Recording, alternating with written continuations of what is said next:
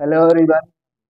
आज हम लोग डिस्कस करने जा रहे हैं, पढ़ने जा रहे हैं क्लास 10th की बहुत ही important poem Dust of Snow. UP board class 10th की poem Dust of snow.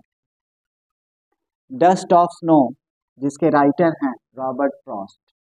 Robert Frost. इस पोयम को शुरू करने से पहले मैं आपको ये बता देना चाहता हूँ कि पोएट इसमें दैनिक जीवन में घटित होने वाली जो सुपरस्टिशियस सीजन वाली चीजें होती हैं, जैसे कि गांव में हम देखते हैं कि लोग अपशगुन मानते हैं। कुछ चीजें ऐसी होती है जिनको अपशगुन माना जाता है, उनका नाम लेने लेने से दिन पूरा खराब हो जाता है, या फिर कुछ ऐसा कह देने से उनका दिन पूरा प्रभावित होता है। तो कुछ ऐसी चीजें हैं, ऐसे इवेंट होते हैं जो लमसम अप्रॉक्स सभी लोगों की लाइफ में कभी ना कभी एक ऐसा दिन आया होगा कि छोटी सी छोटी घटना जो है आपके पूरे दिन को बदल देती है। एक छोटी सी घटना किस प्रकार से एक दिन को, आपके दिन को प्रभावित करती है, उसी से रिलेटेड ये पोयम है। तो फर्स्ट स्टैंजा ये है, सेकंड स्टैंजा ये। टोटल 2 स्टैंजास में पोयम को बांटा गया है एक लाइंस में। तो आइए आगे देखते हैं कि क्या पोएट रॉबर्ट फ्रॉस्ट ने क्या क्या चीजें इसमें बताया है पोयम के माध्यम से। The way a crow soup down on me. The way a crow soup down on me. अब पोएट जो है कहीं जा रहे होते हैं, तो सड़क के किनारे शायद वे खड़े हैं या फिर गुजर ही रहे हैं। तब हम देखते हैं कि यूरोपियन कंट्रीज में अक्सर सीजनल, जब भी सीजनल बर्फबारी होती है, स्नोफॉल होता है, तो अक्सर पेड़ से बर्फ गिरते रहते हैं। तो the way a crow soup down on me, तो एक कौवा बैठा होता है पेड़ पे, हेमलॉक ट्री के पेड़ पे। तो वो उस कौवे ने एक टुकड़ा बर्फ का, या फिर कहिए बर्फ का कण, वो ऊपर पेड़ से नीचे सूप डाउन मतलब नीचे गिराता है।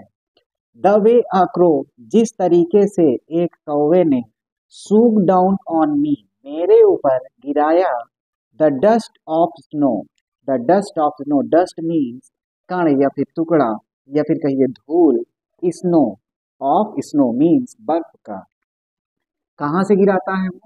From a hemlock tree. Hemlock देखिए, धतूरा कहिए या फिर एक ऐसा विषैला वृक्ष कहिए कि जिसके नाम लेने मात्र से ही आपका दिन जो होता है, दिन की शुरुआत में नाम आप ले लेते हैं तो आपका दिन, विलेजर्स ज्यादातर जानते होंगे, गाँव में कुछ ऐसी सारी चीजें होती हैं जिसका नाम लेने से आपका पूरा दिन, ऐसा माना जाता है, एक्चुअली ऐसा होता नहीं है जहां तक मेरा मानना है। तो चलिए, तो पोएट पोएट कहते हैं कि जिस तरीके से the way a crow soup down on me, मेरे ऊपर गिराता है द डस्ट ऑफ स्नो, बर्फ का कण, from a hemlock tree, hemlock tree से, हैज गिवन माई हार्ट, अब वह कर देता है माई हार्ट, मेरे हृदय को, अ चेंज ऑफ मूड, मतलब वो मूड को चेंज कर देता है। मूड मतलब अब वह हैप्पी था या फिर सैड था, जो भी था।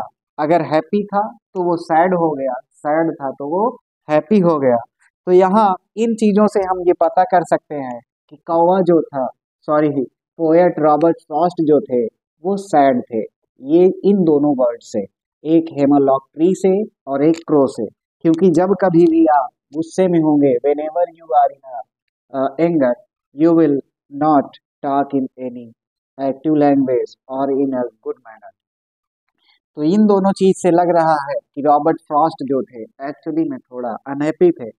अब ये घटना उनके साथ होती है, तब वे कहते हैं हैज गिवन माई हार्ट, और यह कर देती है मेरे हृदय को, a change of mood, it means his mood was totally change from sadness to happy, and saved some part, और सेव्ड बचाता है, सम पार्ट कुछ भाग, सम पार्ट मीन्स कुछ भाग, ऑफ अ डे उस दिन का, आई हैड रूड जो मैं रूड था। सीधे सीधे यहाँ कह दिया गया है रूड था, हैड था, रूड, आई का मतलब मैं रूड था जो पहले के भाग में दिन में, अब वो बच गया है। अब मैं आगे रूड होने वाला नहीं हूँ, मैं आगे दुखी होने वाला नहीं हूँ। Now this event had made happy. तो इसकी बात की जाएगी तो इसमें क्वेश्चंस आ सकते हैं, आपके एमसीक्यूज भी आ सकते हैं, सेंट्रल आइडिया लिखने के लिए भी आ सकती है।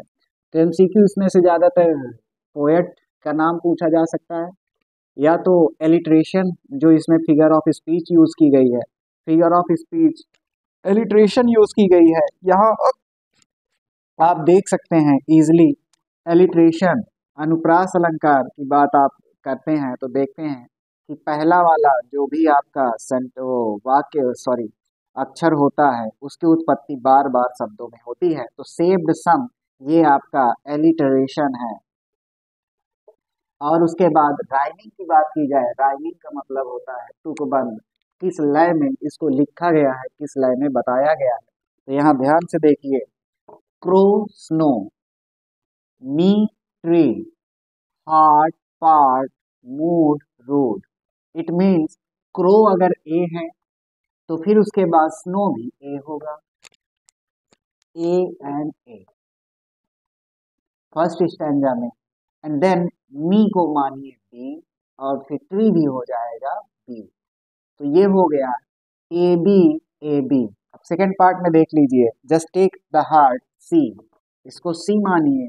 तो यहाँ हार्ट का साइनोनिम, वो राइमिंग वर्ड जो है वो है पार्ट, हार्ट का पार्ट है। तो सी, अ चेंज ऑफ मूड को मानिए डी, तो मूड रूड, मूड का राइमिंग रूड, तो रूड भी हो गया डी। बस इतना ही चीज आप उसमें देख लीजिए, और बाकी राइमिंग वर्ड्स जो भी हैं उसी के हिसाब से इसकी स्कीम बनती है। और फिगर ऑफ स्पीच कुछ पूछ लिया तो आप इसमें बता देंगे कि here is alliteration type of figure of speech which is used in second stanza of the given poem. बस इतना आपको इसमें देखना है। बाकी चीजें एक बार फिर से मैं इसको समराइज करना चाहूंगा शॉर्ट में। द वे अ क्रो, जिस प्रकार से कौवे ने सूक डाउन ऑन मी, मेरे ऊपर गिराया, सूक मीन्स होता है गिराना। द डस्ट ऑफ स्नो, मतलब डस्ट ऑफ स्नो, धूल का कण, स्नो का कण, बर्फ का कण। फ्रॉम अ हेमलॉक ट्री, कहाँ से गिराता है, हेमलॉक ट्री से। हैज गिवन माई हार्ट, मेरे हृदय को कर देता है, जीवन देता है, कर देता है। अ चेंज ऑफ मूड, मूड मेरा, जो भी मेरा मनो दशा थी उसको टोटली परिवर्तित कर देता है। एंड सेव्ड सम पार्ट, और कुछ भाग बचा देता है उस दिन का, आई हैड रूड, जो मैं रूड था। Thank you.